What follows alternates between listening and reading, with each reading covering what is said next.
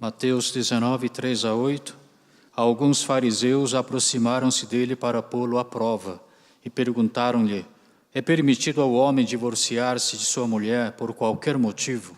Ele respondeu: vocês não leram que no princípio o Criador os fez homem e mulher? E disse: por essa razão o homem deixará pai e mãe e se unirá à sua mulher, e os dois se tornarão uma só carne. Assim eles já não são dois, mas sim uma só carne. Portanto, o que Deus uniu ninguém separe. Perguntaram eles: então por que Moisés mandou dar uma certidão de divórcio à mulher e mandá-la embora? Jesus respondeu: Moisés permitiu que vocês se divorciassem de suas mulheres por causa da dureza de coração de vocês, mas não foi assim desde o princípio. Amém.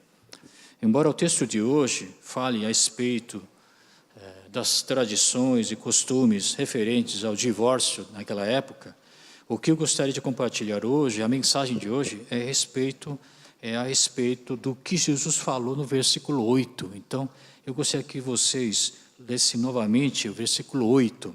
Jesus falou o seguinte: Moisés permitiu que vocês se divorciassem de suas mulheres por causa da dureza de coração de vocês, mas não foi assim desde o princípio. Não foi assim desde o princípio. Os fariseus fizeram essa pergunta ao Senhor Jesus Cristo, e Jesus também respondeu a pergunta deles, baseado num versículo que se encontra no Deuteronômio 24, 1, que eu vou ler para vocês agora. Se um homem casar-se com uma mulher e depois não a quiser mais, por encontrar nela algo que ele reprova, dará certidão de divórcio à mulher e a mandará embora.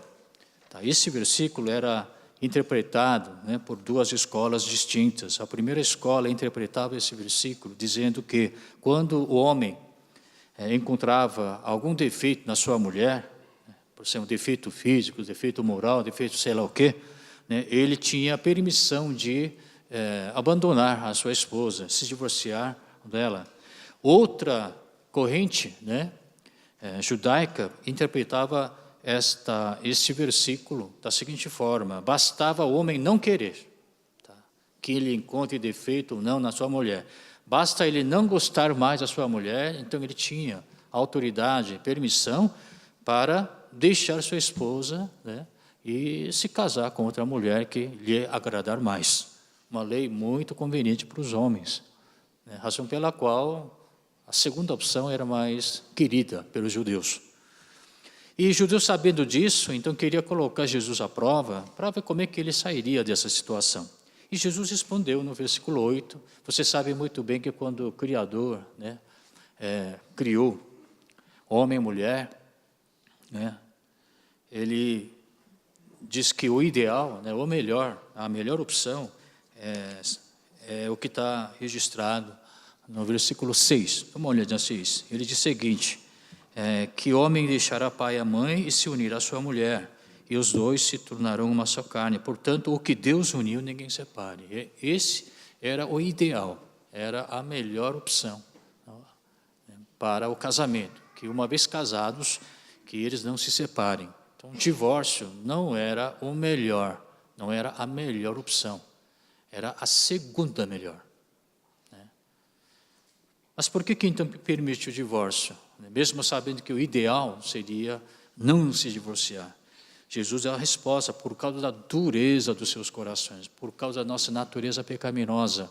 Então, Deus permitiu, não que Ele quisesse, mas Ele permitiu essa segunda opção que é inferior à primeira. Para quê?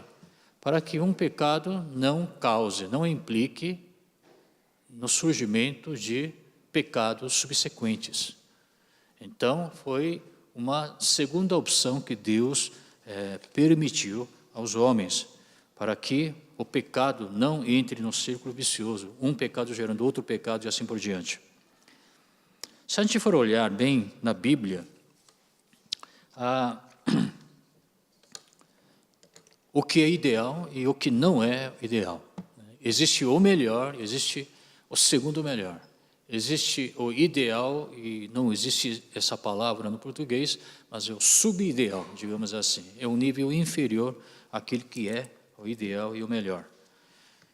E pela graça do Senhor, nós percebemos que Deus, embora exija de nós o melhor, a primeira opção, né, o máximo de nós, Ele permite a segunda opção, uma opção um pouco inferior à melhor ou à ideal.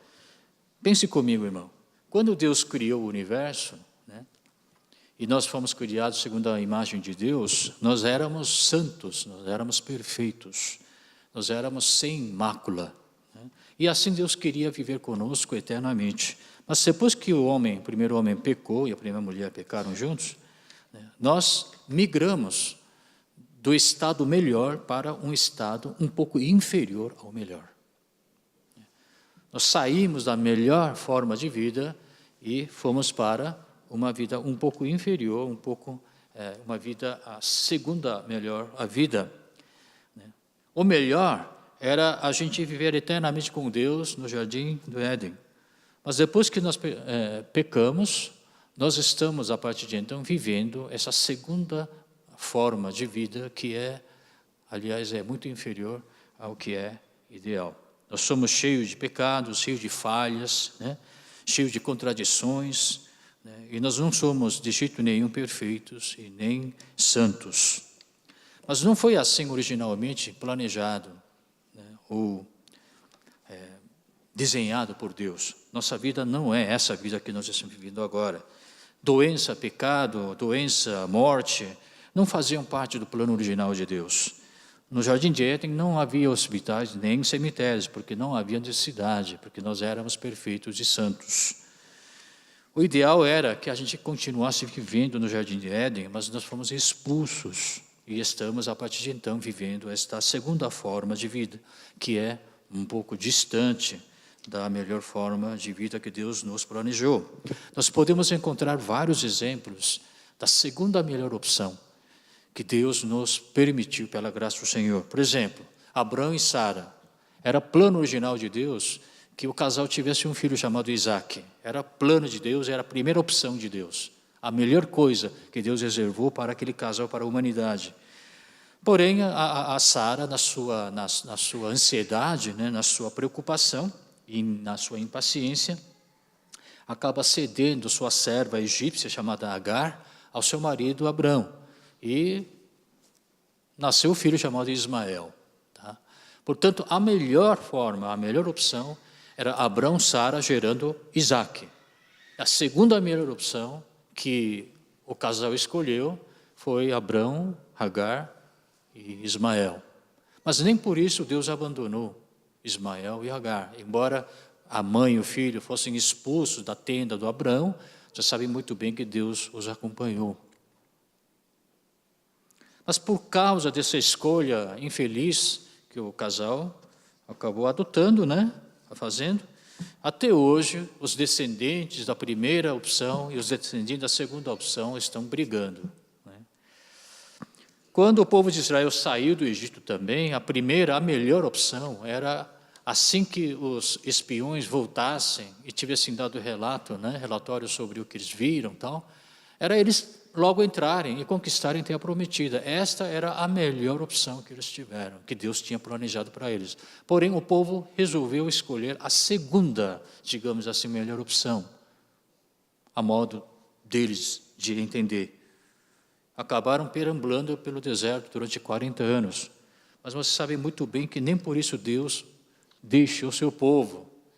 Deus cansou de dizer para eles que eu sou seu Deus, que vocês são meu povo. E Deus acompanhou esse povo de Deus, que embora não tivesse tomado a primeira melhor opção, acabaram tomando a segunda. E como consequência, eles sofreram muito durante 40 anos. No Velho Testamento, nós também temos aquela cidade chamada Cidade de Refúgio, que vocês conhecem. No total, eram 6. Né? Para que serviam essas cidades de refúgio? Caso alguém matasse alguém acidentalmente, sem intenção, ele podia fugir e se esconder e se proteger naquela cidade chamada Cidade de Refúgio. essa cidade de refúgio também não é a primeira opção. É uma medida que Deus nos permitiu quando a segunda melhor opção tivesse acontecido. Agora, a melhor opção é não matar ninguém, seja intencional ou acidental. A melhor opção é a gente não cometer pecado. Mas Deus concedeu ao seu povo esse esquema, esse sistema de cidades de refúgio. Segundo o livro de Samuel, vocês conhecem a história de que após ter passado aquele período de juízes, o povo de Israel começou a pedir para o profeta Samuel, rei humano, não mais Deus. Então, embora a teocracia fosse a melhor opção, o plano de Deus, a melhor coisa que um ser humano, um povo poderia experimentar, o povo queria, de maneira insistente, que Deus estabelecesse monarquia. Quando o povo insistentemente pediu que Deus instituísse um rei humano, o que Deus respondeu? Deus falou assim, deixa eles escolherem o rei deles, que eles tenham um rei humano. Agora você diz para eles quais seriam as consequências disso. Mas Deus permitiu, não a melhor, a segunda melhor opção. Agora, migrando para o Novo Testamento, vocês conhecem a parábola do filho pródigo. O filho pródigo é um homem que viveu a segunda melhor opção de vida. Não era a melhor. A melhor forma seria ele permanecer na casa do pai, ser obediente a ele, cuidar das propriedades e usufruir das bênçãos de Deus. Mas ele não quis isso, ele escolheu a segunda melhor opção. Ele saiu de casa, gastou dinheiro, desperdiçou tudo que ele tinha, ele volta para casa, mas a parábola nos ensina que mesmo assim o pai dele o abraça, o aceita. Segunda melhor opção. Deus autorizou e permitiu. Lucas capítulo 19, nós conhecemos um homem baixinho chamado Zaqueu. Ele era cobrador de impostos, ele era chefe de cobrador de impostos. A Bíblia diz que era um homem rico. E houve boato de que Jesus era um homem que se misturava, se associava com pecadores e cobradores de impostos. Ao ouvir esse boato, ele teve curiosidade de conhecer esse Jesus. Quando então ele entrou na cidade de Jericó, onde ele morava, ele subiu numa árvore, porque era baixinho, e queria ver quem era esse Jesus. Ao contrário do que ele esperava, foi Jesus que o reconheceu, chamou ele de Zaqueu pelo nome. Ele ficou surpreso, como é que ele me conhece?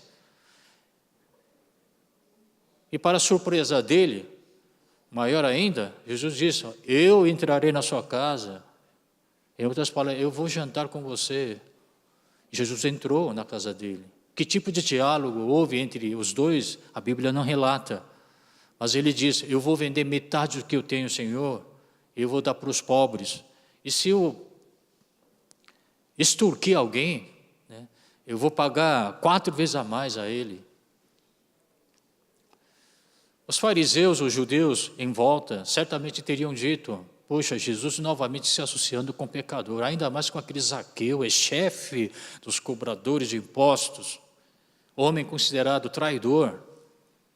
Agora, esse ato que ele concretizou de dar metade da sua propriedade aos pobres e assim por diante, não era um ato compatível com o cobrador de impostos, porque o cobrador de impostos é um homem que cobrava, tirava bens dos outros para acumular suas riquezas, mas ele quis dar. Totalmente fora da sua profissão, senso profissional e idiosincrasia, eu diria. Era o verdadeiro fruto compatível com o arrependimento dele. Sabem muito bem que antes de Jesus se encontrar com esse Zaqueu, ele se encontrou com um jovem rico que um dia o procurou. E no final da conversa nós sabemos muito bem que Jesus exigiu desse jovem rico, venda todas as suas propriedades, seus bens, e siga-me como meu discípulo. Ele ficou preocupado e foi embora. Se Jesus tivesse pedido a mesma coisa para o Zaqueu, qual teria sido a reação desse homem? Que você não venda apenas a metade dos seus bens, mas venda tudo que você tem, deixa de ser cobrador de impostos e me siga como um dos discípulos. Como ele teria reagido? Mas a Bíblia não fala nada a respeito disso. Jesus não menciona sobre a profissão dele, ele não menciona sobre os bens que ele tem. Mas se um fariseu estivesse por perto, certamente ele teria exigido o máximo dele, a melhor coisa dele, dizendo tipo, sim, você tem que vender tudo que você tem e distribuir para os pobres. E deixa de ser cobrador de impostos. É a melhor coisa. Mas Jesus não exigiu isso. Jesus disse o seguinte, este também é filho de Abraão, que acabou de ser salvo. Zaqueu era um homem que certamente não viveu a melhor forma de vida que Deus tem planejado para seres humanos. Zaqueu era um homem que vivia a segunda melhor opção de vida. No entanto, Jesus o procurou. Jesus se encontrou com ele, entrou na casa dele, teve refeição junto com ele e o abençoou. Mateus 12, 20 seguinte, ele não quebrará o caniço rachado, não apagará o pavio fumegante, aquele pavio que só fica lançando fumaça porque está quase se apagando. Jesus não quebrará o caniço rachado. O ideal é rachado íntegro, forte. Rachado, caniço rachado é a segunda melhor opção. Pavio fumegante, não, tem que ser um pavio, né, com fogo e tudo, né? Mas lançando fumaça, quase se apagando, isso não é a melhor forma de um pavio. É a segunda melhor forma de pavio. Mesmo assim, Jesus não apaga, Jesus não quebra. Jesus permite, aceita a segunda melhor forma de nossas vidas. Marcos capítulo 2, fariseus e escribas começam a dizer novamente que Jesus se associa com pecadores, com prostitutas, e assim por diante. Aí Jesus diz o seguinte, eu não vim aqui para cuidar dos que têm saúde. Os que têm saúde não precisam de médico, mas sim os doentes. Eu não vim para chamar justos, mas para chamar pecadores. Então Jesus não veio aqui para buscar aqueles que estão vivendo a melhor forma, aquela forma original, ideal que Deus tem planejado para nós, mas aqueles que por condições de natureza humana ou por circunstâncias ambientais estão vivendo a segunda melhor forma, a segunda forma que não é ideal e subideal, que é aquém da expectativa de Deus. Irmãos, a igreja é um lugar onde deveria levantar as pessoas, não derrubar. A igreja devia ser um lugar onde aceitam as pessoas como elas são. A igreja devia ser uma comunidade de fé, onde restaura as pessoas, onde reaviva as pessoas, e não enterrar uma pessoa socialmente, por causa dos pecados cometidos no passado. Mas isso não significa que agora nós podemos pecar à vontade, porque Deus nos autoriza, Deus nos permite, Deus nos aceita. Não é bem isso que eu estou dizendo, sabem muito bem. Passado, presente e futuro, Deus continua exigindo de nós o melhor, o máximo. Porque Jesus falou, Mateus 22, versículo 37, ame o Senhor seu Deus de todo o seu coração, de toda a sua alma e de todo o seu entendimento. Em outras palavras, Ele quer o máximo de nós. Ele sempre exigiu de nós a melhor forma, o melhor entendimento. Também diz o seguinte, porque Deus é santo, que vocês também sejam santos. Porque Deus é perfeito, que vocês também sejam perfeitos. Deus sempre quis o máximo de nós, a melhor forma de vida de nós. E com razão Ele pede isso. Não é à toa que Ele fica exigindo de nós o máximo, a melhor forma de vida. Por quê? Porque ele tem todo o direito de fazer isso. No mínimo, isso é justo. Porque ele sempre nos deu o melhor para nós. Ele sempre quis o nosso bem. Se ele sempre quis o nosso bem, sempre quis nos dar o melhor para nós, não é demais ele querer de nós o melhor de nós. Hebreus 12 diz o seguinte: Deus nos disciplina para o nosso bem. De vez em quando, Ele realmente nos aperta um pouquinho, né? Repreende, nos disciplina, mas isso é para o nosso bem. Existe um outro versículo muito famoso que diz o seguinte: qual de vocês, se seu filho pedir pão, lhe dará uma pedra? Ou se pedir peixe, lhe dará uma cobra? Se vocês, apesar de serem maus, sabem dar boas coisas aos seus filhos, quanto mais o Pai de vocês que está nos céus dará coisas boas aos que lhe pedirem. Eu vejo aqui pais e mães, quantas vezes nós falamos isso aos nossos filhos: filho, estou fazendo isso para seu próprio bem. A mãe briga com a filha: filha, mas eu estou fazendo isso porque isso é o melhor para você. Será que você não entende? E os nossos filhos não entendem. E muitos solteiros aqui, vocês não entendem o que os pais falam. Mas nem por isso nós deixamos de amar vocês, filhos. Nosso amor continua e é grande. Nós queremos dar o melhor para os nossos filhos. Nós queremos um resultado melhor, um final feliz para vocês. Portanto, não é demais os pais quererem também de vocês, filhos, o melhor de vocês. Não é à toa que no Velho Testamento Deus exige sacrifício, mas um animal que não tenha mácula, não tenha mancha, não tenha nenhum defeito.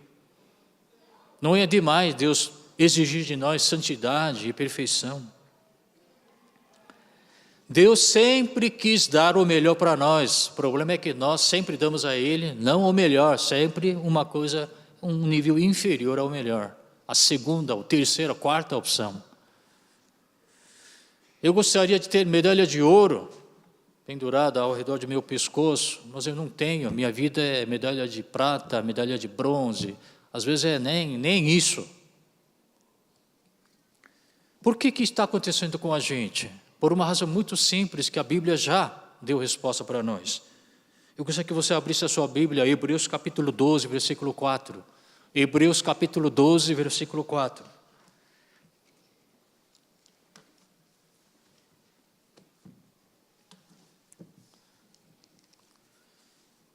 Hebreus 12, versículo 4. Leiamos juntos?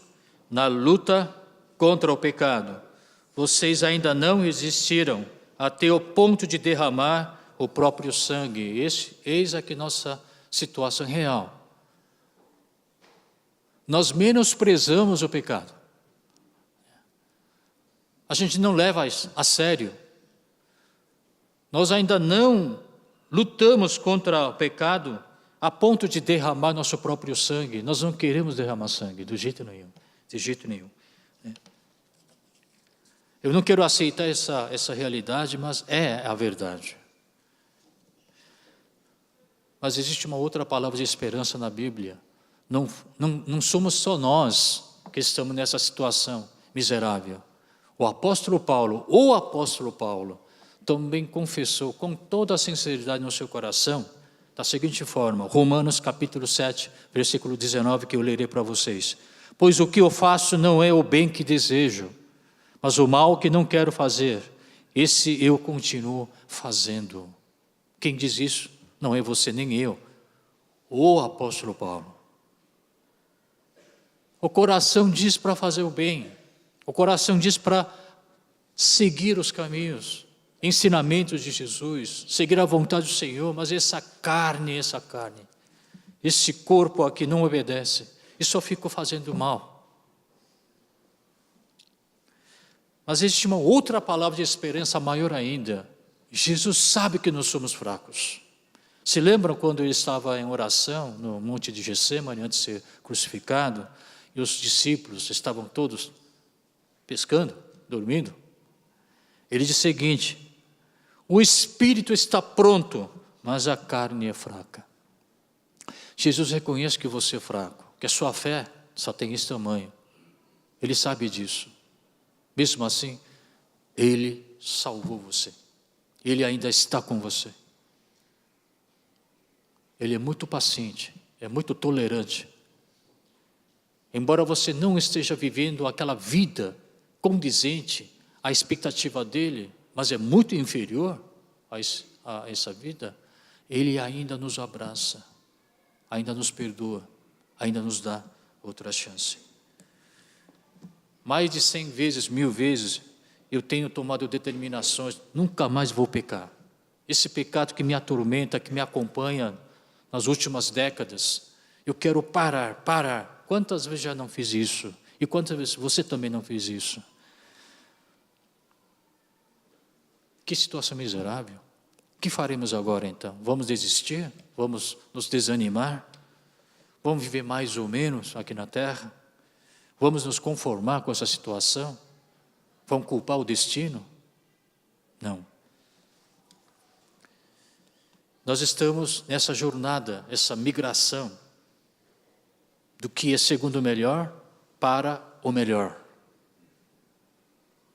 E nessa jornada, há duas atitudes que nós precisamos tomar. Então, isso que eu queria apresentar para vocês agora. O que nós faremos para que nós saiamos desse nível inferior, às vezes, aliás, é muito inferior ao que é ideal, para chegar perto do que é ideal? Primeira coisa, por favor, Filipenses. Por favor, leiam versículo 12 comigo. Não que eu já tenha obtido tudo isso, ou tenha sido aperfeiçoado, mas prossigo para alcançá-lo. É o que o apóstolo Paulo diz, assim como eu, assim como você, né? O apóstolo Paulo também tinha o mesmo problema. Então ele diz o seguinte: não que eu já tenha obtido, né, o ideal, não que eu tivesse chegado ao que é ideal, não me considero ainda perfeito, não me considero ainda santo, mas eu continuo indo para poder alcançá-lo. Versículo 13 e 14. Não penso que eu mesmo já o tenha alcançado, mas uma coisa eu faço, esquecendo-me das coisas que ficaram para trás e avançando para as que estão adiante, prossigo para o alvo. Então a primeira atitude que nós temos que tomar é isso: caiu, se levanta, rapaz. Pecou, pede perdão a Deus, mas se levanta, ergue a sua cabeça e continua em direção ao que é ideal. Quando você aceita o Senhor Jesus Cristo como Salvador e Senhor, você parou de pecar de repente? Não, você continua pecando e ainda vai pecar muito. A criança que aprende a andar, cai, mas ele se levanta.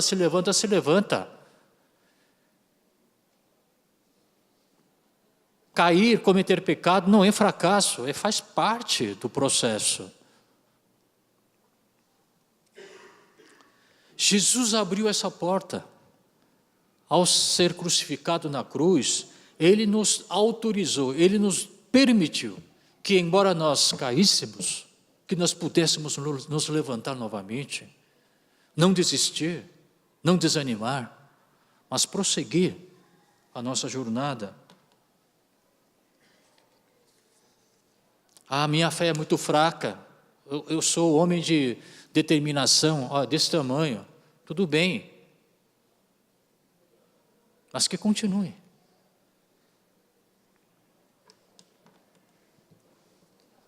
Nós somos obra inacabada, hein?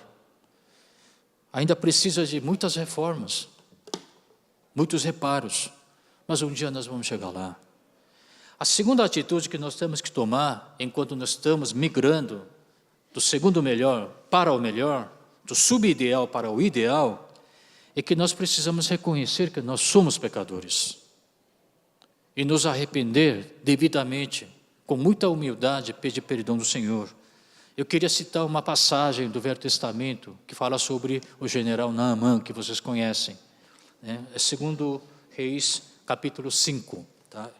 Como estamos quase chegando, fim do culto, eu vou resumir. Sabe muito bem que o general Naamã era um general sírio e ele era leproso. Né?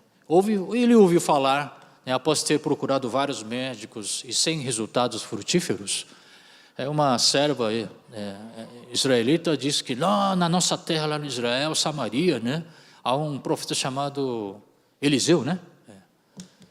E ele tem poder de cura. Então ele foi lá junto com seu exército, falar com esse Eliseu, e Eliseu disse: olha, vá se lavar no Rio Jordão, né? E ele se lavou e se curou. Ele ficou tão contente e tão agradecido que ele voltou para o profeta Eliseu e diz: agora eu sei, agora reconheço que existe apenas um Deus vivo, verdadeiro, que é Deus de Israel, Jeová. Os demais são tudo falsos. Portanto, eu vou levar um bocado assim de terra de Israel para meu país de volta, né? E lá eu vou construir um pequeno altar, e a partir de agora eu vou entregar sacrifícios, animais, seja lá o que for, somente para Deus Jeová de Israel. Agora, tem um porém. E ele diz o seguinte para o profeta Eliseu, versículo 18 e 19. Eu gostaria que vocês lessem silenciosamente o que esse Naamã falou para o profeta Eliseu e como Eliseu respondeu a ele.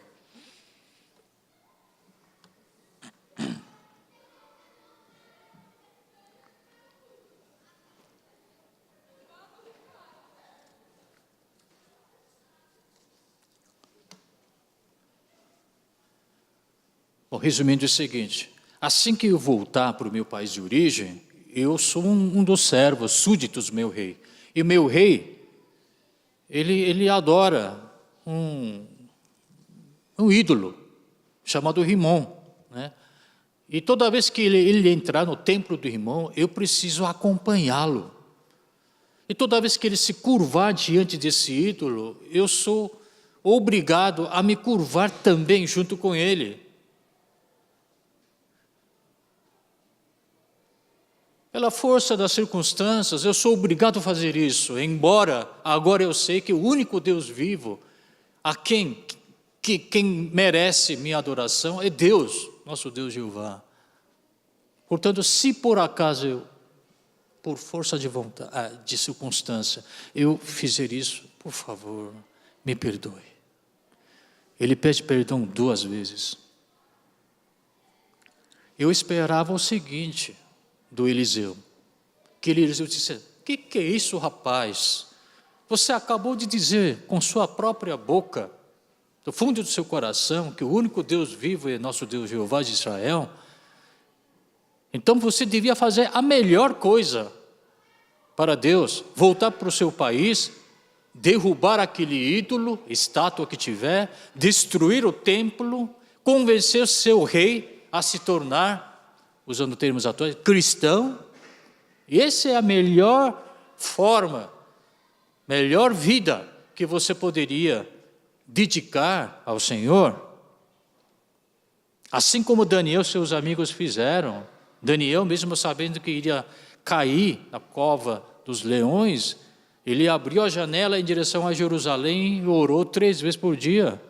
Seus amigos iam ser jogados na fornalha e caíram mesmo, né, na fornalha.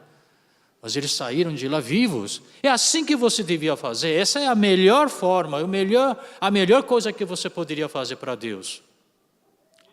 A forma ideal de se apresentar diante de Deus. Eu esperava que Eliseu dissesse isso, mas ele não falou. Quando Naamã, com humildade no coração, pediu perdão 2 vezes, Eliseu disse: vá em paz, meu irmão. Explicando de maneira complementar: não se preocupe, Deus já aceitou seu coração. Deus aceitou a sua fé.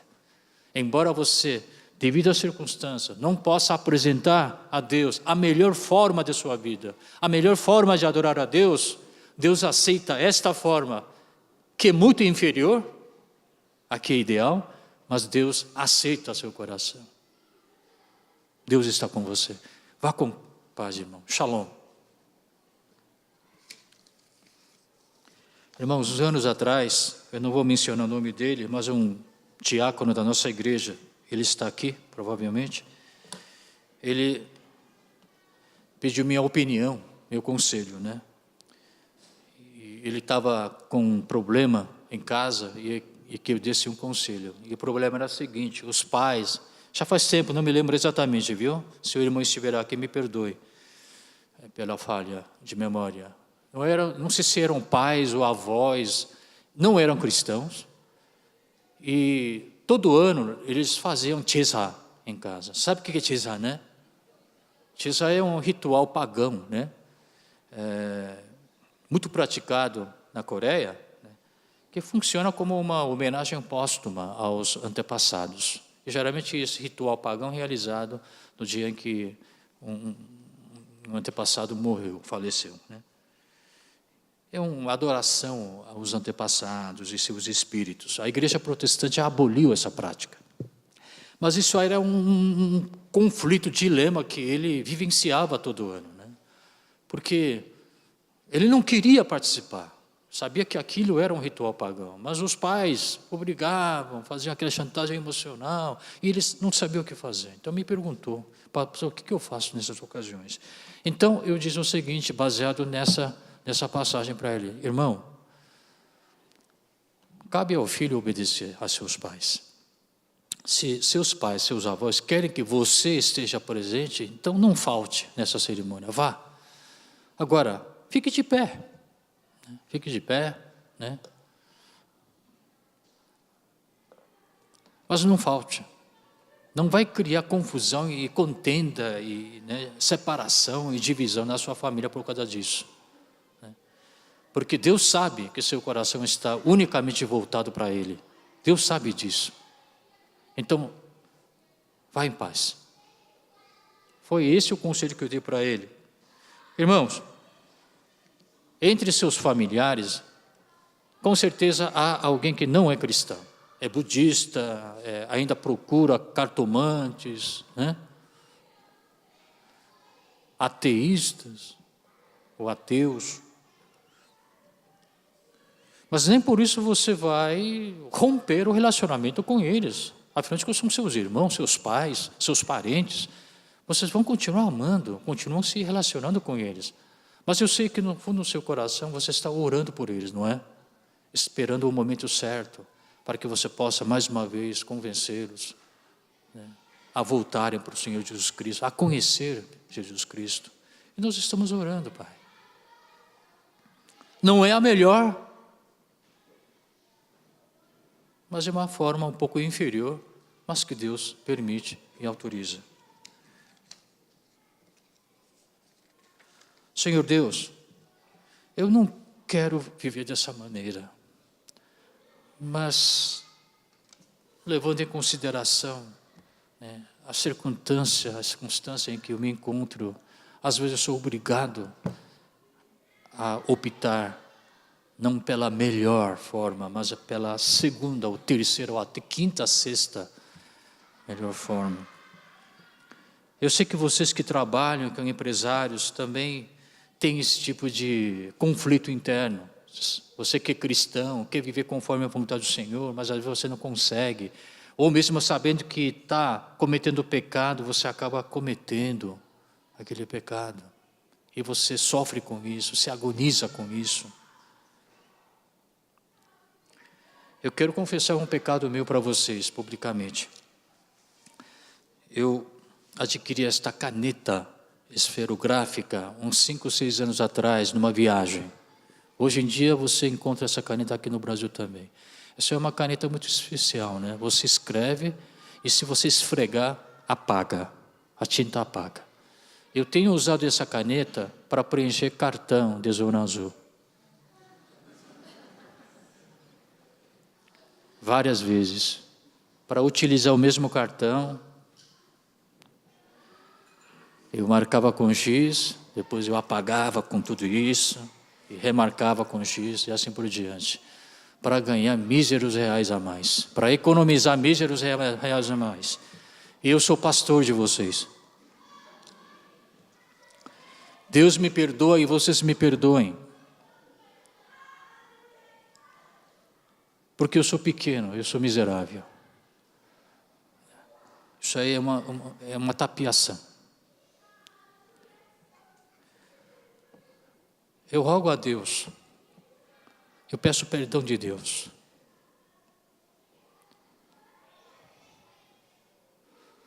Deus, tenha piedade de mim.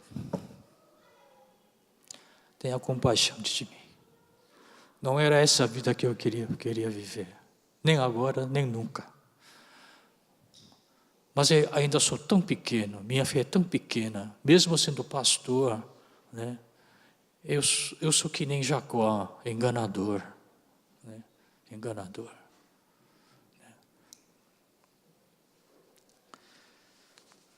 Mas eu sigo o exemplo do general Naamã. Senhor, eu sei que eu não deveria viver assim, eu não deveria fazer isso, mas estou nessas circunstâncias. Meu coração está voltado para Deus, mas minha carne, não sei, ainda é tão fraca. Senhor, me perdoe. Senhor, perdoe minhas fraquezas, meus pecados. Irmãos, eis aqui a graça do Senhor. Pela graça do Senhor, pela tolerância do Senhor, pela misericórdia e compaixão do Senhor, nós estamos aqui hoje, eu e vocês. Mas por infelicidade, irmão, nós seres humanos, você e eu,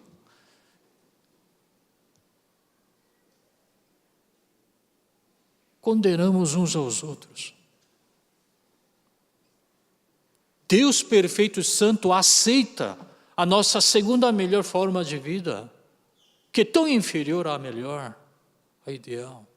Mas nós que somos pecadores, estamos na mesma condição miserável, nós não queremos aceitar falha, pecado de ninguém.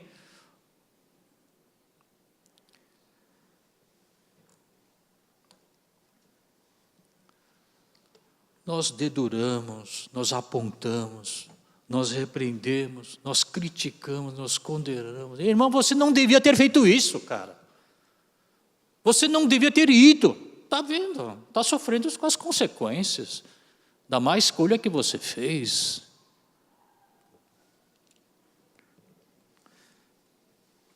Você sabe que aquele irmão tem coração sincero. O coração dele está voltado para Deus. Mas como carne é fraca, ele acabou cometendo o pecado que não deveria ter cometido. Você sabe disso, porque você também já passou por essa experiência inúmeras vezes. Mesmo assim, você dá um de fariseu justo e não aceita a segunda forma melhor dele. Quando fariseus e escribas trouxeram aquela mulher que foi surpreendida em ato de adultério, todos queriam apedrejar. Jesus disse, quem não tem pecado, atire a primeira pedra nela. Todo mundo foi embora. Quando Jesus estava a sós com ela, disse, eu também não te condeno, mulher. Agora vá e abandone sua vida de pecado. Jesus não falou para aquela mulher, está vendo? Você não deveria ter feito isso. Jesus simplesmente cobriu o pecado dela. Jesus simplesmente apagou o pecado do passado dela e lhe ofereceu uma nova oportunidade. Mulher, se levante e continue sua caminhada em direção àquilo que é ideal, aquilo que é compatível com a expectativa de vida de Deus. Eu quero finalizar dizendo o seguinte, irmão. Nós estamos ainda vivendo essa tensão entre o ideal e subideal, o melhor entre segundo o melhor. Nós estamos vivenciando esses conflitos, essa tensão, mas nós precisamos continuar caminhando em direção àquilo que é o melhor, o planejado originalmente para nós. Por favor, não desista. Eu sei que você pecou de novo, você às vezes olha no espelho sua imagem e diz assim, você é um caso perdido. Diz para você mesmo, você é um caso perdido. Mas não desista de você. Não se desanime. Nem autoflagele. Se caiu, levanta novamente. Para que você possa se levantar, que Jesus se pregou na cruz. Não torne a obra do Redentor inútil. Ele morreu para que você possa se levantar novamente. E com muita humildade no coração, confesse seus pecados. peça perdão do Senhor. Eu quero deixar esse último slide na memória de vocês. Não somente na Bíblia, mas até o dia de hoje, a quem Deus busca não é um fariseu orgulhoso de sua própria justiça, mas sim é um homem vestido assim, cabisbaixo, batendo no teu peito, dizendo: eu sou pecador, eu sou pecador. Eu queria dar o melhor de mim, o máximo de mim para Deus, mas eu não consigo ainda, Senhor, me aceite, me perdoe. Mas foi a essa pessoa que Deus deu seu último julgamento. Este é o justo, não o fariseu. Curve a sua cabeça, irmão. Este é o momento para você confessar seus pecados, com muita humildade, aceitar sua situação, a condição em que você se encontra. Existem dois tipos de pecados: aquele pecado que já foi revelado e aquele pecado que ainda não foi revelado. Você pode enganar pessoas, mas não há pecado que não possa ser revelado diante de Deus. Por isso é que todos nós somos pecadores. Portanto, neste momento, com muita humildade, irmão, embora você tenha caído de novo, por favor, se levante e confesse que você é pecador e peça perdão de Deus. Vamos orar?